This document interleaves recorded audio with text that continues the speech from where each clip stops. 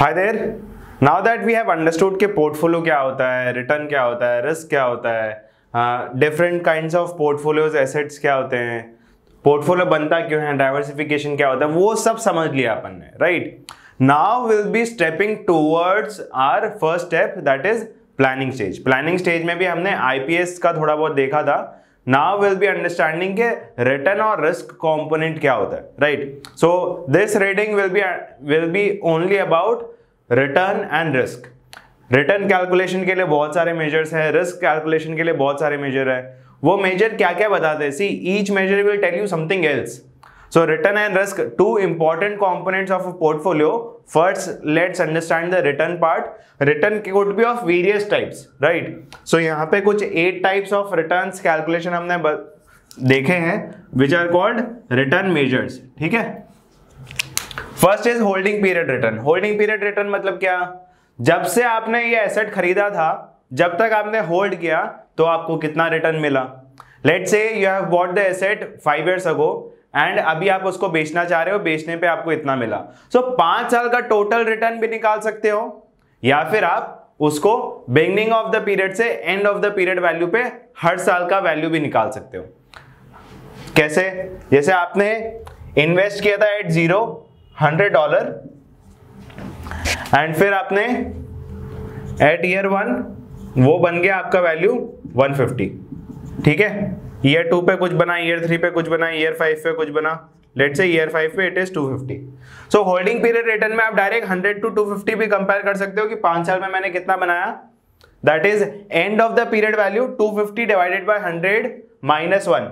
ठीक है? End of the period value divided by beginning period minus 1। So ideally what I am doing is end of the period value that is 250 minus, इसको अगर ऊपर ले जाओगे तो minus 100 upon 100, right? सो मतलब total return 150 का, मैं 150 अपॉन 100 करूंगा तो मेरे को 5 साल का रिटर्न मिल जाएगा इन दिस केस। वैसे ही मैं हर एक साल का भी निकाल सकता हूं, 150 माइनस 100, 150 अपॉन 100 माइनस 1। अगर यहाँ पे 200 वैल्यू तो 200 माइनस 150 अपॉन 150। सो 50 अपॉन 150 भी कर सकता हूं। सो मेरे को ये क्या बताता है holding period return? Holding period return tells me कि मेरा कितना रिटर्न बना है नॉमिनल टर्म्स के बेसिस पे for that particular period of time. ठीक है? इसका दूसरा फॉर्मूला क्या है? PT minus PO plus dividend upon PO. मतलब क्या? पीटी माइनस पीओ मतलब यहाँ पे जो हमने 250 माइनस 100 किया है ना, that is end of the period में जो प्राइस है आपका, बिगिनिंग ऑफ द पीरियड में जो प्राइस है वो माइनस कर दो, और जितना भी अगर डिविडेंड इंटरेस्ट कुछ मिल रहा है तो वो ऐड कर दो upon the amount that you have invested और द बिगिनिंग वैल्यू। ठीक है? तो इससे आपको मिल जाएगा कि टोटल रिटर्न आपने कितना कमाया। Very easy, very arithmetic calculation.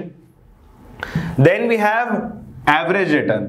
Average return could be of 2 types. देखो, एवरेज जब आप निकालते हो तो आप एडिटिव एवरेज भी निकाल सकते हो, मल्टीप्लिकेटिव एवरेज भी निकाल सकते हो।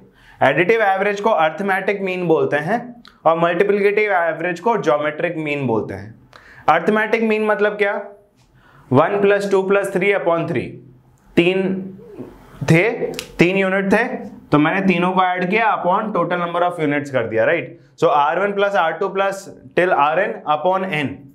जितने भी आपके रिटर्न है सारे को ऐड कर दो और उसको डिवाइड कर दो by the total number of returns.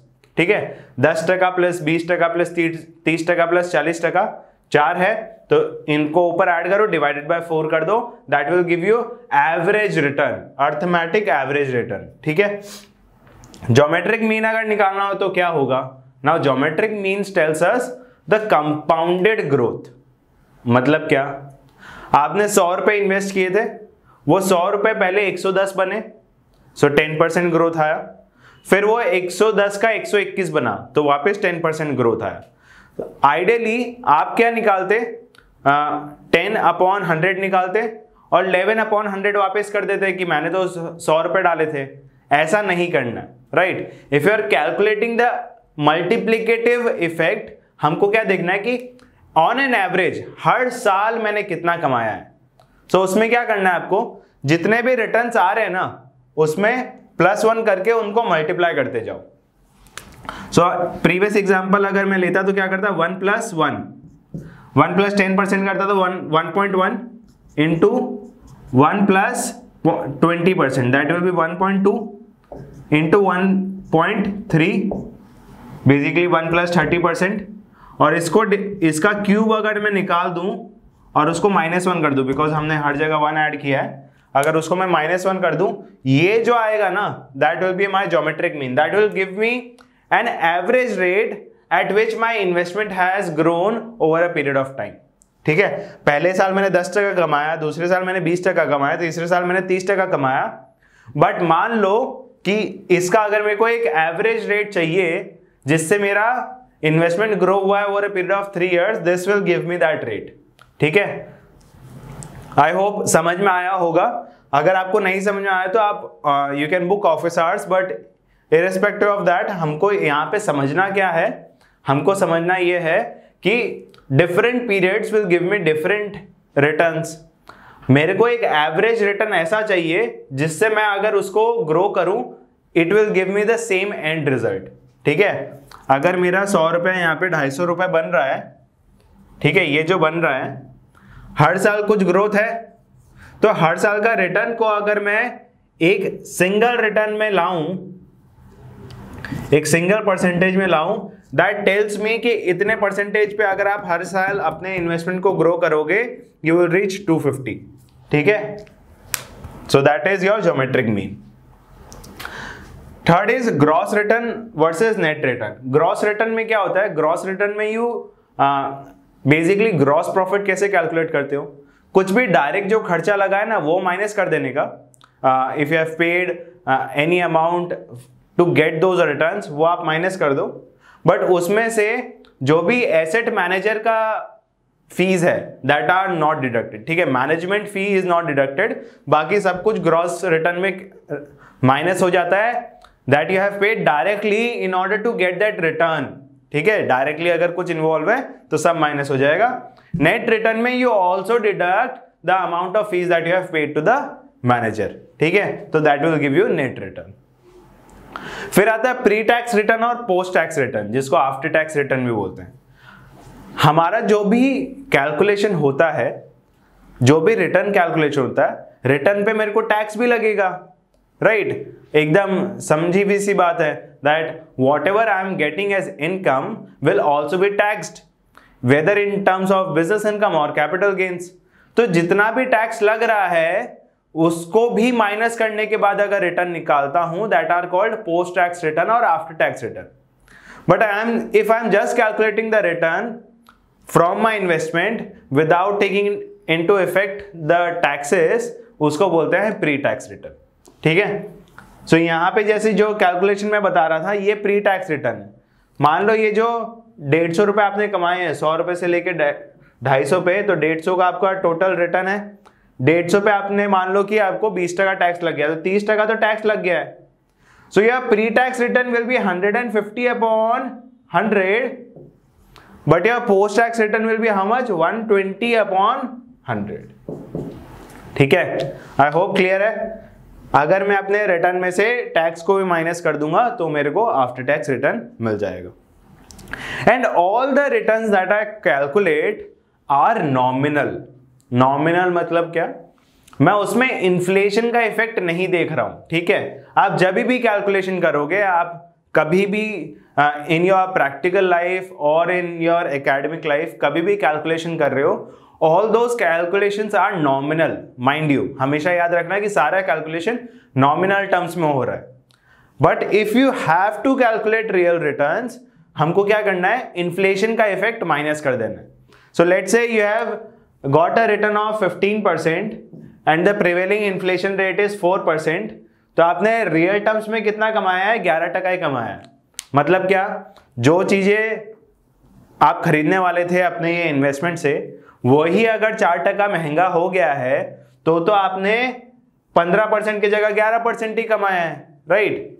Because अब वो आप अफोर्ड ही नहीं कर पाओगे क्योंकि 4% तो वही महंगा हो गया है। So in terms of real terms हमको ये देखना रहता है कि नॉमिनल माइनस इन्फ्लेशन। ये एक बहुत ही इजी वे ऑफ कैलकुलेटिंग है। इसको हम अगर रियल टर्म्स में कैलकुलेट करना है तो कैसे करना चाहिए, 1 plus nominal return that you have got और उसको डिवाइड करो 1 प्लस इन्फ्लेशन रेट से और फिर उसको माइनस करो 1 से। In our calculation what would have we done, 1.15 हमारा जो 15% रिटर्न है वो 1 में से प्लस किया अपॉन 1 प्लस 0.4 1 प्लस 4%, ये जितना भी आएगा उसमें से 1 माइनस करो, that will give you the exact real return that you have got. ये करके देख लेते हैं कितना आता है। ये 1.15 divided by 1.04 minus 1, that will give you 10.57%। ठीक है, जो हमारा पहले 11% आ रहा था, 11% वॉज अम्ब्रेला कैलकुलेशन, बहुत ही बॉल पार्क कैलकुलेशन था। यहां पे हमने एक एग्जैक्ट स्पेसिफिक कैलकुलेशन किया तो we got 10.6% which is your real return. ठीक है, then you have leverage return. Leverage return मतलब क्या, देखो in equity market, in financial market, you have various derivative options, various instruments wherein you can put a lesser sum of money and take leverage position। मतलब क्या, equity market में आपको 100 रुपए की चीज खरीदनी है तो 100 रुपए देने पड़ते हैं to buy a stock, but in derivative market you can take exposure even by paying a margin amount. तो आपने 10 रुपए दिया बट आपका एक्सपोजर 100 रुपए का है, राइट, $100 का है, $10 के पेमेंट पे ही। सो लेवरेज रिटर्न अगर कैलकुलेट करना रहेगा ना तो हमको देखना रहता है हमने एग्जैक्टली पे कितना किया है। लेट्स से $100 का स्टॉक था, दैट हैज इंक्रीज बाय 10%, तो वो 110 हुआ है। तो अगर मैंने कैश पोजीशन लिया होता इक्विटी मार्केट में, मेरा रिटर्न कितना होता 10/100, बिकॉज मैंने 100 रुपए डाले थे और वो 110 हो गया। सो माई रिटर्न इज 10%। बट अगर मैंने डेरिवेटिव में ये सेम पोजीशन लिया होता तो मेरा लेवरेज रिटर्न कितना होता, let's say I have put in only $10 and the stock has rallied by 10%, तो मेरा रिटर्न कितना होता है 10, जो कि रिटर्न है, divided by my originally invested amount that is $10। तो 10/10 माय रिटर्न इज 100%। ठीक है, आई होप समझ जाओ। लेवरेज रिटर्न इज कैश में आपने जितना दिया है उसके हिसाब से अगर कैलकुलेट करोगे that will give you leverage return. Then 7th is money weighted return. Money weighted return मतलब क्या, it is nothing but IRR of your investment. ठीक है, IRR ऑफ योर इन्वेस्टमेंट। जैसे ये वाला ही एग्जांपल वापस ले लेते हैं, $100 आपने डाला है, ये माइनस में ले लो, फिर आपको 150 टोटल अमाउंट हो गया। सो लेट्स से आपको डिविडेंड मिला है 50 रुपया, फिर अगेन 50 रुपया डिविडेंड मिला, फिर अगेन 50 रुपया डिविडेंड मिला और लास्ट में आपको 125 मिला। ठीक है, सो इसको अगर आप कैलकुलेट करोगे on the basis of IRR, मतलब this will be your additive figures 125, 50, 50, 50 and minus में फिगर डाल दोगे ये 100, तो that will give you an IRR। वो IRR is nothing but your money weighted return. Money weighted return में what we are doing is we are giving weights to the money, right. मान लो ये 50 रुपया 60 रुपया होता तो मैं 60 रुपए को डिस्काउंट कर रहा हूं, I am giving weight to the money. ठीक है, so money weighted return is nothing but IRR calculation of your investment. And time weighted return is what, time weighted return is nothing but the geometric mean of your holding period return. मतलब क्या, मान लो यही सब में ये 100 की चीज 150 हुई, 150 का 200 हुआ, 200 का 250 हुआ, ऐसा कुछ हो रहा है। हर एक पीरियड का होल्डिंग पीरियड रिटर्न मैं निकाल सकता हूं on the basis of this ending value minus ending value upon beginning value -1 करूंगा तो I will get holding period return of each period. उसको यहां पे ये फॉर्मूला में डाल देना 1 + HPR into 1 + HPR2 into 1 + HPRN, और उसको बेसिकली हमको n रूट से n रूट तक ले जाना है। अगर आपने 3 रिटर्न निकालना है तो क्यूब लोगे, 2 रिटर्न निकालने तो स्क्वायर रूट लोगे, so on and so forth. ये निकालने से हमको पता क्या चलता है, what does this give us. Time weighted return हमको क्या बताता है कि irrespective of how much money you are putting, अगर आपने पहले 20% कमाया है, सेकेंड ईयर में 10% कमाया, थर्ड ईयर में 30% कमाया, what is the average rate that you have got throughout your investment horizon? ठीक है, तो time weighted return gives preference to the return and time, whereas money weighted return gives weightage to the money. So कभी भी if you are, let's say there is poor performance and there is good performance. So अगर investor is putting in money just before the poor performance, money weighted return will be lesser than the time weighted return. क्यों? क्योंकि money weighted return में हम क्या दे रहे हैं? Weightage money को दे रहे हैं। तो अगर वो लास्ट वाला मनी कम हुआ है, there has been poor performance in the last, जो भी आपने पैसा जब डाला था, तो that will yield you lesser money weighted return as compared to time weighted return, क्योंकि टाइम वेटेड रिटर्न तो रिटर्न के बेसिस पे ही कैलकुलेशन कर रहा है। वेयरएज अगर आपने जस्ट बिफोर एक्स्ट्राऑर्डिनरी परफॉर्मेंस अगर पैसा डाल रखा है, तो again money weighted return will be better than time weighted return. ठीक है, पैसा अगर पुअर परफॉर्मेंस के पहले आ रहा है तो मनी वेटेड रिटर्न कम होगा, अगर पैसा extraordinary performance good performance के पहले आ रहा है तो money weighted return will be more than the time weighted return. I hope this is clear, because you are putting in weight to your money in money weighted return, which is nothing but IRR calculation of your investment. Time weighted return is geometric mean of your holding period return. ठीक है, ये जो मैं बोल रहा हूँ geometric mean of holding period return, ऐसा कहीं पे आपको बुक में मेंशन नहीं होगा, but it is such, right? Geometric mean of holding period return याद रखोगे तो आपको इजीली रिमेंबर हो जाएगा, because they are just terms, right? Time weighted return, money weighted return, तो आपको फॉर्मूला याद करने की जरूरत नहीं है, बट कौन सा फॉर्मूला किसका है वो तो पता होना चाहिए। So time weighted return is geometric mean of holding period return, time weighted and money weighted return is IRR of your investment. I hope all the written measures are clear. We'll be doing few sums now, and if you have any doubt in any of the formula, you can readily book office hours. Thank you.